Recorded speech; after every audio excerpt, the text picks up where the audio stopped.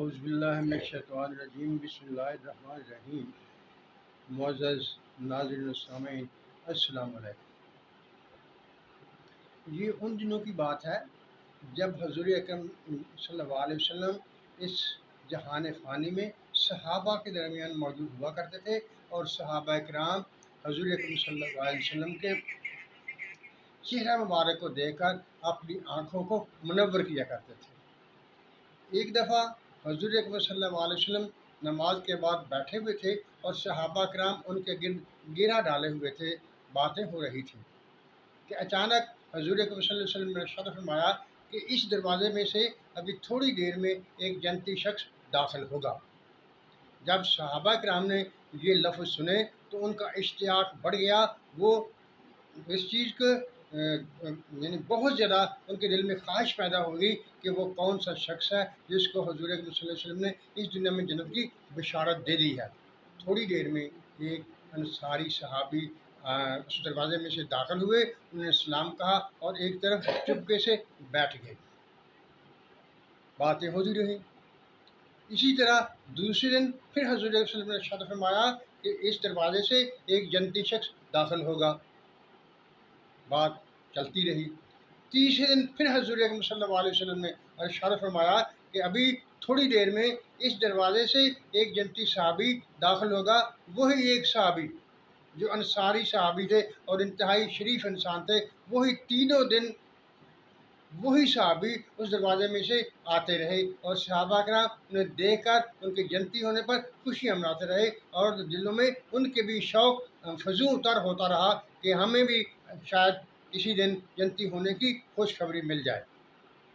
صحابہ میں سے ایک صحابی تھے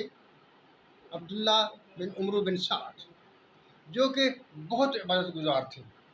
وہ رات کو نفل نمازی ادا کیا کرتے تھے، تہجد پڑھا کرتے تھے، 3 دن میں قرآن شریف ختم کیا کرتے تھے، ایک دن چھوڑ کر ایک دن روزہ رکھا کرتے تھے، یعنی وہ عبادت میں بہت زیادہ کوشش کیا کرتے تھے۔ ان کے دل میں خیال آیا شاید یہ صحابی مجھ سے بھی زیادہ عبادت کرتا ہے، عبادت میں زیادہ مصروف رہتا ہے، کیوں نہ اس کی جستجو کی جائے کہ یہ آدمی کس قدر عبادت کرتا ہے۔ جب ان کے دل میں یہ خیال پیدا ہوا تو وہ ایک دن ان سے ملے اور کہنے لگے، یار میں چاہتا ہوں کہ بھائی مجھے آپ 3 دن کے لیے اپنا مہمان بنا لیں۔ یہ وہ دور تھا جب صحابہ کرام ایک دوسرے کو مہمان بنانے کے لیے اپنی خوش قسمی سمجھا کرتے تھے، اور وہ اس تو میں رہتے تھے کہ کوئی صحابی ہمارا مہمان بنے۔ چنانچہ انہوں نے بڑی خوشی سے ان کو اپنے گھر لے گئے۔ اب عبداللہ بن سعد عمر جو تھے وہ تو ایک تفتیش کے لیے گئے تھے، وہ یہ دیکھنا چاہتے تھے کہ یہ بھائی جو ہے وہ عبادت کو کس طرح کرتا ہے، کتنی زیادہ عبادت کرتا ہے۔ جب رات ہوئی، عشاء کی نماز پڑھ لی، تو دونوں صحابی اپنی اپنی چادر میں بیٹھے اور اوپر چادریں لیں اور سو گئے۔ اب عبداللہ بن عمر بن سعد جو تھے وہ اشتیاق میں تھے، اور وہ دیکھ رہے تھے کہ یہ صحابی جو ہے، یہ بھائی جو ہے، یہ کب اٹھتا ہے، کب اللہ تعالیٰ کی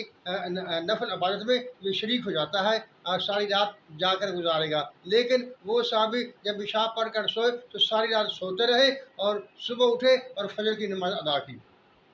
حالانکہ اس دور میں صحابہ کرام تہجد کی نماز کو کبھی بھی نہیں چھوڑتے تھے، اس کی پابندی کیا کرتے تھے۔ تینوں رات اسی طرح ہوا، یعنی عشاء کی نماز پڑھنے کے بعد وہ صحابی سو جاتے اور ساری رات سوتے رہتے اور صبح اٹھتے اور فجر کی نماز ادا کرتے۔ تیسرے دن جب وہ صحابی یعنی عبداللہ بن عمر بن سعد اپنے گھر کو آنے لگے تو انہوں نے بات کو کھول دیا، کہنے لگے، اے بھائی میں نے حضور اکرم صلی اللہ علیہ وسلم کی زبان سے 3 دن تک سنا تھا کہ اس دروازے میں سے ایک جنتی صحابی آئے گا، وہ آپ ہی تھے، اور تینوں دن آپ ہی اس دروازے میں سے داخل ہوئے، اور میں یہ دیکھنا چاہتا تھا کہ آپ عبادت کس قدر عبادت کرتے ہیں۔ لیکن میں نے دیکھا آپ تو عام طریقے سے عام سی بات کرتے ہیں، زیادہ بھی نہیں کرتے، بلکہ آپ سے بہت زیادہ دوسرے صحابہ محنت کرتے ہیں نماز نفل ادا کرنے کی، نمازوں کی ادائیگی کی، تہجد پڑھنے کی، قرآن پڑھنے کی۔ جب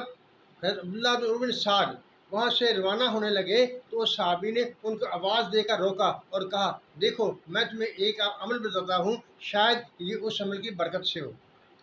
وہ کہنے لگے میں کسی بھی مسلمان بھائی کے بارے میں اپنے دل میں کوئی حسد نہیں رکھتا، کوئی گیلا نہیں رکھتا، کسی قسم کی کوئی ان کے خلاف میں بات نہیں کرتا، میں ہر ایک کے لیے دعا کرتا ہوں اور چاہتا ہوں اللہ تعالیٰ اپنی رحمتوں کی بارش کرے۔